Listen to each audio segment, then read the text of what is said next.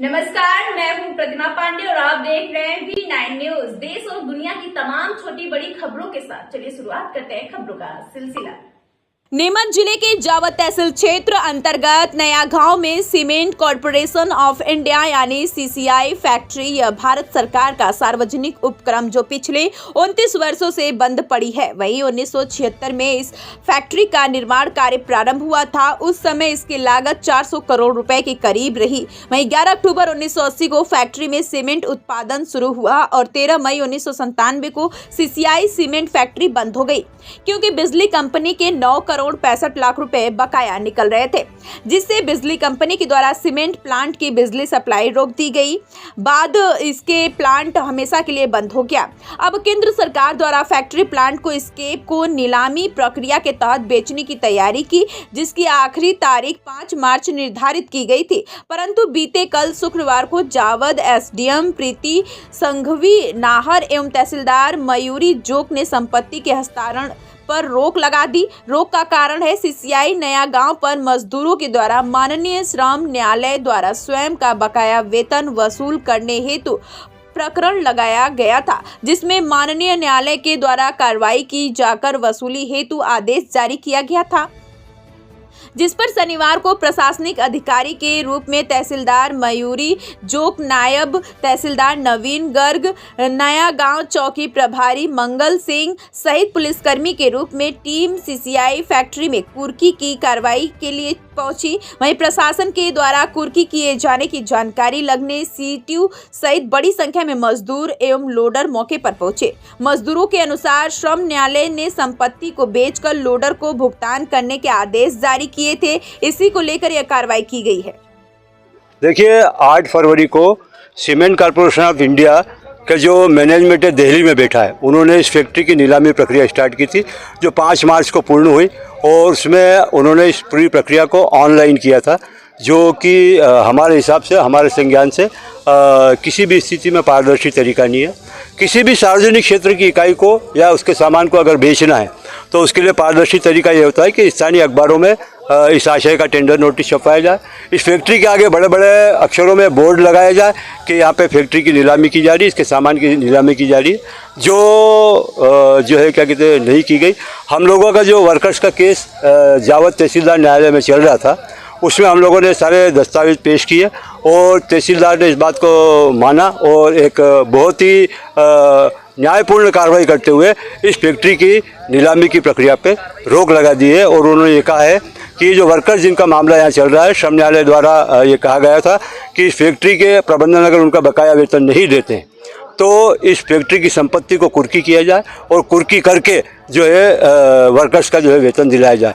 इस मामले में कल ऐतिहासिक निर्णय आया है और उन्होंने इस पूरी प्रक्रिया पे, नीलामी प्रक्रिया पे रोक लगा दी है और मैनेजमेंट को निर्देश दिया है कि 18 करोड़ रुपया पहले उनके खातों में जमा कराया जाए और जमा कराने के बाद उनको दिया जाए, उसके बाद ही इस संपत्ति का हस्तांतरण किया जाए।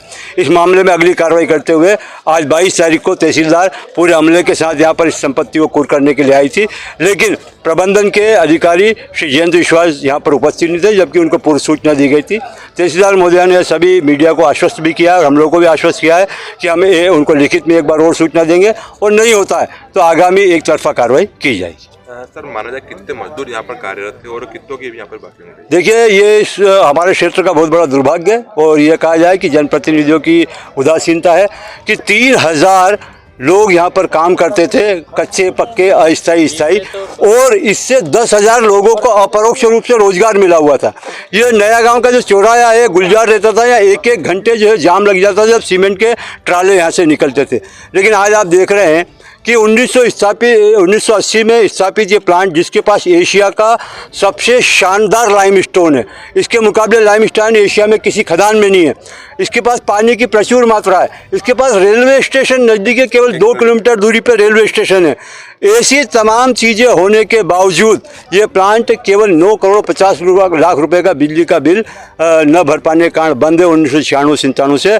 हम फैक्ट्री के मजदूर और तमाम लोग जो यहाँ की आम जनता है वो लगातार प्रयास रहते हैं कि इस प्लांट को चालू किया जाए। हमारा अगला चरण यही है जो हम इतने सालों से कह रहे हैं कि इस प्लांट को चालू किया जाए, क्योंकि यहाँ के किसानों ने जो ज़मीन दी थी वो सरकार को दी थी, सरकारी फैक्ट्री चलाने के लिए दी थी, न कि किसी निजी उद्योगपति को बेचने के लिए। तो हम ये यहाँ के किसान जो है सब लोग इन्होंने अपनी ज़मीन दी है, यहाँ पे फैक्ट्री में काम भी किया है। तो हम सरकार से मांग करेंगे अगर आप प्राइवेट लोगों को दे रहे हो तो वो ज़मीन हमको वापस की जाए, हम लोग उस पर खेती करेंगे। और किसी भी स्थिति में इस कारखाने को सरकारी क्षेत्र में चालू किया जाए। प्रधानमंत्री जी, मुख्यमंत्री जी और तमाम लोग निवेश की बात करते हैं, ग्लोबल इन्वेस्टमेंट मीट करते हैं, और यहाँ जब इतना बड़ा कारखाना जो 43 और 53 ग्रेड की सीमेंट बनाता था, जिससे बांध बनते थे, जिनसे रेलवे की स्लीपर बनती थी, वो कारखाना आज बंद पड़ा है। इससे बड़ी शर्म की कोई बात नहीं है। इस कारखाने को अविलंब चालू किया जाए। क्या नाम है? मेरा नाम शैलेंद्र सिंह ठाकुर, मैं प्रदेश कार्यकारी अध्यक्ष हूँ centre of Indian trade union C2 का। जो स्क्रैप नीलामी को लेकर फैसला आपके द्वारा दिया गया, उस पर रोक लगाई गई, साथ ही साथ आप लोग किस विषय में यहाँ पर पहुँचे? माननीय लेबर कोर्ट मंदसौर के द्वारा जो 55 लेबर थे उनके वेतन के भुगतान हेतु तहसीलदार जावत के लिए पत्र जारी हुआ था, जिसके तहत हमने मामला जो है उसको दर्ज किया था और प्रकरण इसमें वसूली के तहत चल रहा था।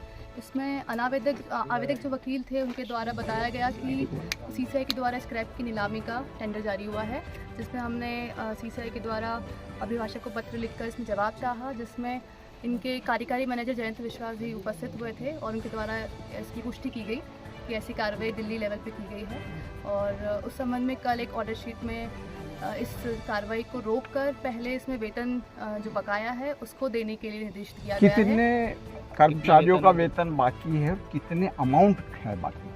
इसमें कुल अभी जो हमारे पास कार्रवाई चल रही है उसमें 55 लेबर का वेतन इसमें रुका हुआ है और लगभग 17 करोड़ 51 लाख का इसमें। आज किस प्रकार में हम यहाँ पहुँचे हैं, क्या कार्रवाई की गई आज? इसमें कल हमने जो ऑर्डर शीट इसमें लिखी थी उसमें जयंत विश्वास जी को हमने अभिभाषक के थ्रू नोटिस इसमें दिया था और उनको आज उपस्थित होने के लिए बताया था कि यहाँ पे उनकी सुपर्दगी में ये यहाँ पे देना है ये प्लांट।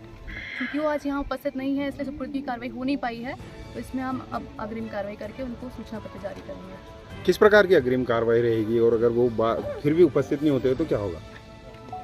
नहीं, इसमें आगे आपको सूचित कर दिया जाएगा। अभी तो आज हम उनको सूचना पत्र जारी करेंगे और कंपनी की जो ऑफिशियल मेल ID है उसमें मेल करेंगे। क्या कोई आपराधिक मुकदमा दर्ज होगा? क्योंकि एक तरफ इन्होंने न्यायालय में प्रकरण था, दूसरी तरफ इन्होंने नीलामी निकाल दी थी, इसको लेकर कुछ नहीं, इसमें ये राजस्व न्यायालय का मैटर है, इसमें आपराधिक कोई मैटर अभी तक नहीं है। आज कुर्की की कार्रवाई अगर कुछ नहीं होगा, मतलब वगैरह कुछ भी नहीं करा?